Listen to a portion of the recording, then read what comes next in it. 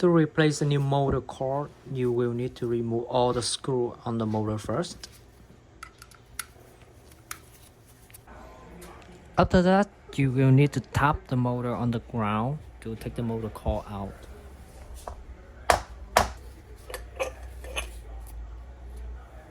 This is the motor housing. It comes with the spoke and attached to the wheel. I'm afraid that on your original motor, this bearing may be faulty. So I want you to remove all the screws here, get this lid out, and put it in the new motor housing on the wheel.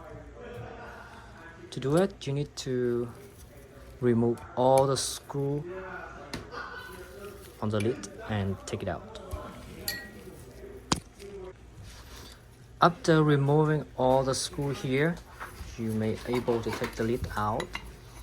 If it kind of stick together, you can use a hammer, bang it gently to take the lid out. So this is the motor housing that attached to the rim. You will need to put new motor core on the side here, on the right side, and also put the lid from the new motor to the original motor housing.